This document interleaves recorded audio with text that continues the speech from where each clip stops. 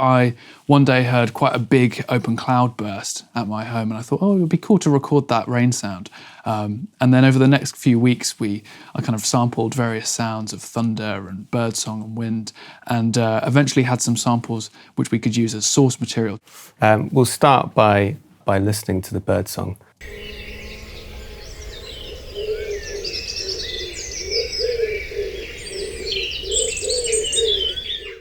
So I'm just going to drag this EQ, which is in my favorites in my effects section, and add that to the bottom there.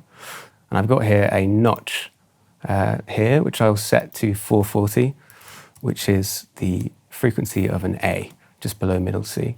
And then I will turn up the gain and reduce the band so that it's really tiny. And what this will do is create a resonant sine tone, which will kind of bring out this middle A sine tone sound within the field recording. So you'll hear it change in the waveform. You see how it gets louder and quieter.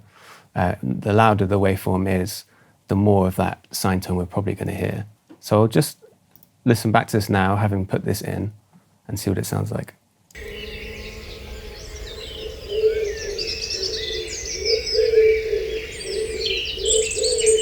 So you just heard there a little tiny bit. I feel like we could go just a bit more. There are two ways to do that. You can increase the scale here, or you can just duplicate it. I think I'm going to duplicate it for now and have a listen to this now.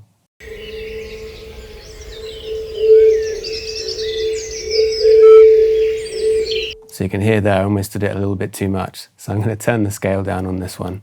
What I'm going to do now is I'm going to commit this to audio. Do a quicker way, which we do, which is to freeze the track, which freezes all of the plugin information as it is.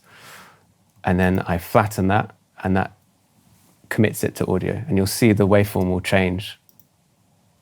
And there you go. It's quite loud, but I'm sure it will sound good. And then what I'm going to do is drag it into this simpler. So I've just loaded up a simpler here, which is Ableton's built-in sampling tool.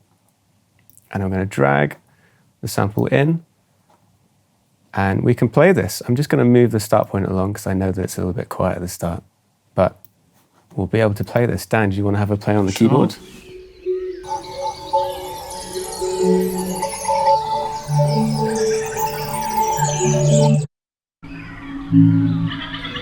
I'm just going to turn the warp off.